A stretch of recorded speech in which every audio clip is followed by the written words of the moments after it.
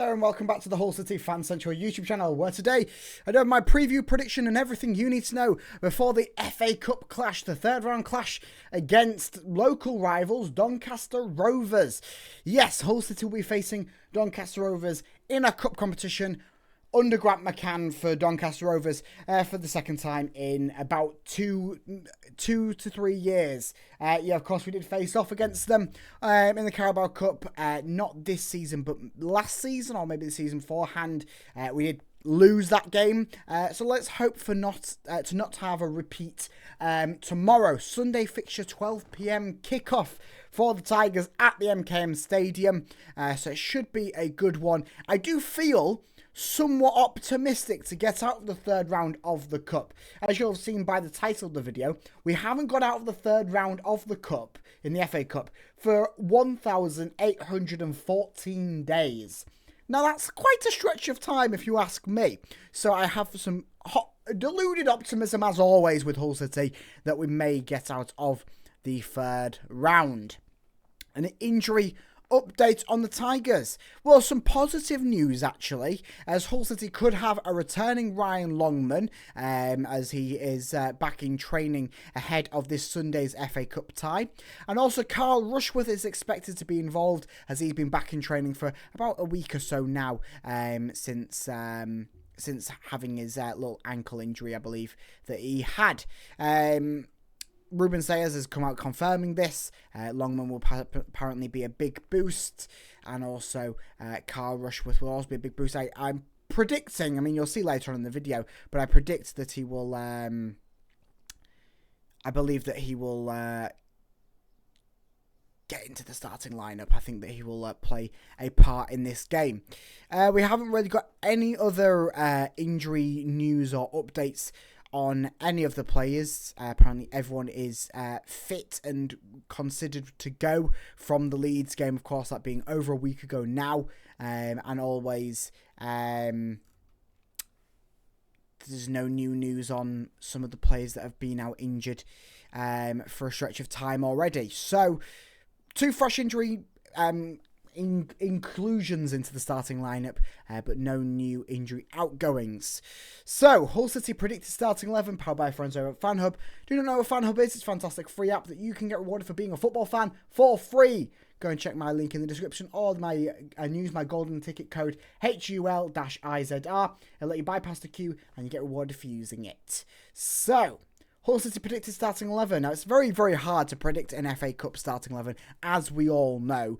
But I have gone for the best crack of it as I possibly could. As I said before, Carl Rushworth to start in net. Realistically, you're not going to have Panda start this game. It'd be very, very stupid to have him start this game.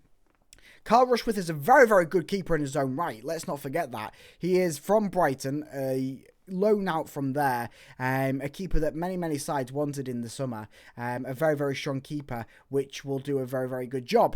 So I have my full faith in him being the starting keeper for this game. Then moving on, now it's where it gets a little bit trickier.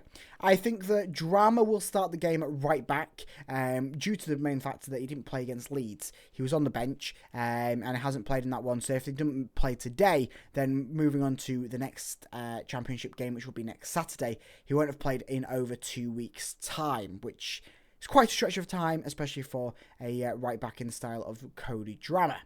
Since about partnership, and it's a bit hard, of course we do have some injuries going on, but I've gone for Sean McLaughlin and also Andy Smith. Sean McLaughlin seems to always get a run out in the FA Cup games, and I think that Andy Smith, of course, him returning back from his little bit of injury, I believe that he has been training with the squad. I think that he probably will get a run in the starting lineup, and realistically, he really needs it. He's not going to impact the senior team that much if he doesn't get the opportunities, and I think this is going to be a brilliant opportunity for him, as we saw especially in the cup competitions prior where Andy Smith has featured for Hull City. He has been a big contributor.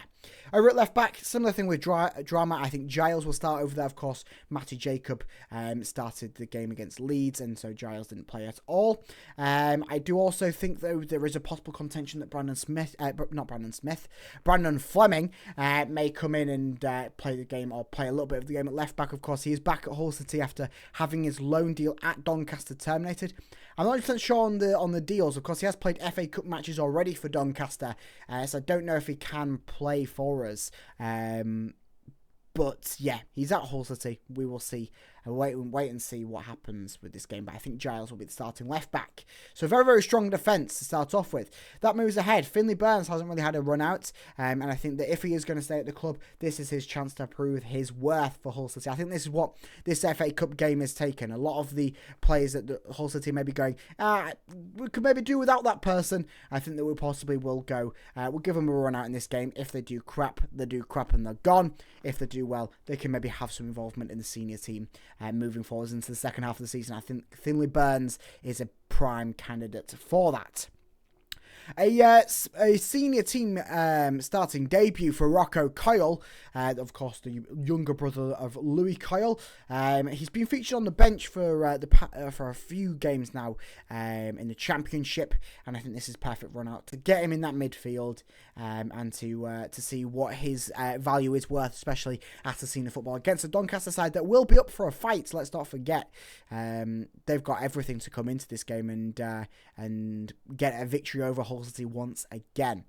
Moving forwards, Regan Slater, it's a bit hard. Of course, injuries do sideline some possible options, and also with the news surrounding the new signing for Hull City, which I'll cover in a little bit, Matt Crooks, him being back in America this past week. I'm not sure if he'll have any contributions in this game at all. Of course, not training with the squad this week. So Regan Slater really seems like the only possibility in that midfield. Of course, wanting to rest some other players. Maybe Gustavo Puerta could come in here, but I probably would want to rest the Gustavo Puerta and maybe have a Regan Slater play out this game, and then a possible Matt Crooks could come in for the league game against Millwall next Saturday. Moving ahead, of course, injuries plaguing this. Possibly could be replaced by an under-21s player, Abdush Mer. And out on the other side, Harry Vaughan. Give him a start. Let him cook. And then up top, of course, Tyrell Sellers-Fleming. We don't really have any other strikers other than a João Pedro. Of course, Chris Bedder is at the club, but is most likely going to have his loan terminated at some point soon. Whether he does start this game, I highly doubt it, though. I do think that Tyrell Sellers-Fleming will get the start at the MKM Stadium. So other news, of course, Hull City, just knocking my MKM Stadium sign. Hull City have signed Matt Crooks. Yes, we do have a new signing. Of course, I covered this in the video yesterday. If you've not seen that already, go and check it out after this one, as we have got our new signing, Matt Crooks, at the MKM Stadium. Media and all stuff has been done, but I don't think that he will be involved tomorrow. As I've said, he's been back in America, sorting out his affairs, getting his stuff moved back over to England. Some devastating news for Hull City coming out about Dean Windass. You may have seen it from yesterday, but Dean Windass has been diagnosed with stage 2 dementia. We are all with you, Dean Windass, and it's awful to see this. Of course, being a Hull City legend himself, really paves the question for, is it the time now to immortalise Dean Windass for his fantastic efforts? Of course, not only just the volley at Wembley, but everything he's done for the club. I saw a few people online saying maybe to get a statue outside the MKM Stadium or something along that, but especially something for him as he has had that tragic news just come in. Of course, there is some more transfer news, as there always is. Henry Sandat for Hull City, the academy player. Well, he's had his loan at Wellstone terminated, as he's going to join Sutton. Well, he has joined Sutton United on a permanent deal. The 19-year-old has only featured numerous times for the under-21s, and he departs Hull City without a senior appearance. Hull City have expressed some interest in Fenerbahce attacking midfielder Lincoln Henrique. The 26-year-old Brazilian has been out on loan at Red Bull Bragantino. I don't know why I'd struggle to say that so much. Where he contributed with 5 goals in 49 games. It is expected that if this transfer is pulled off, it will be a loan deal.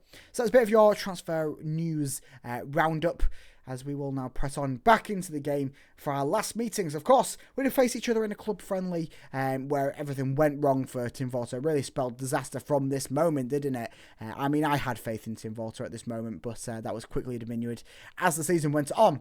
But a 4-0 thumping where we had no players pretty much at Doncaster Rovers, of course. We'll gloss over that one quickly. Of course, a 2-1 upset at the MKM Stadium was last game at the MKM Stadium between both sides in the EFL Cup. As I say, tie last season. So yeah, that's last time that we lost at the MK Stadium to Doncaster Rovers. Of course, it wasn't that long ago when we both faced each other in League One. So form-wise, heading into this game, both teams have the identical form: 2 wins, 2 losses, and 1 draw heading into this game. Of course, Hull City, being in the higher division, does mean that these wins and these losses and these draws carry a bit more bolster to them. But of course, Doncaster will probably be playing a near enough full strength starting lineup, and Hull City will be most likely, as I've said, resting quite a lot of lads as we have a very crucial time in the Championship, and also wanting to give quite a few of the under 21 lads a run out, especially in the starting lineup and off the bench. So former Tigers, of course, will meet up against former Tiger Billy Sharp. I say former Tiger, last season was a former Tiger. He left us on a free transfer last season to rejoin his club Doncaster Rovers, where he was there as a younger player. Of course, really on his retirement tour at the moment, Billy Sharp. We were wondering how much longer he's got left, but he has been scoring for Doncaster Rovers. He's got 7 goals in the league so far for them. Of course, got none for Hull City.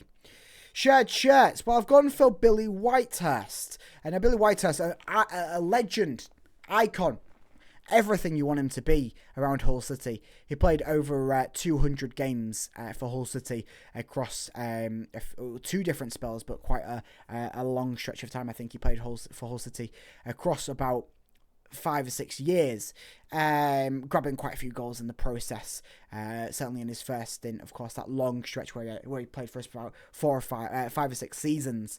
Of course, from Yorkshire himself.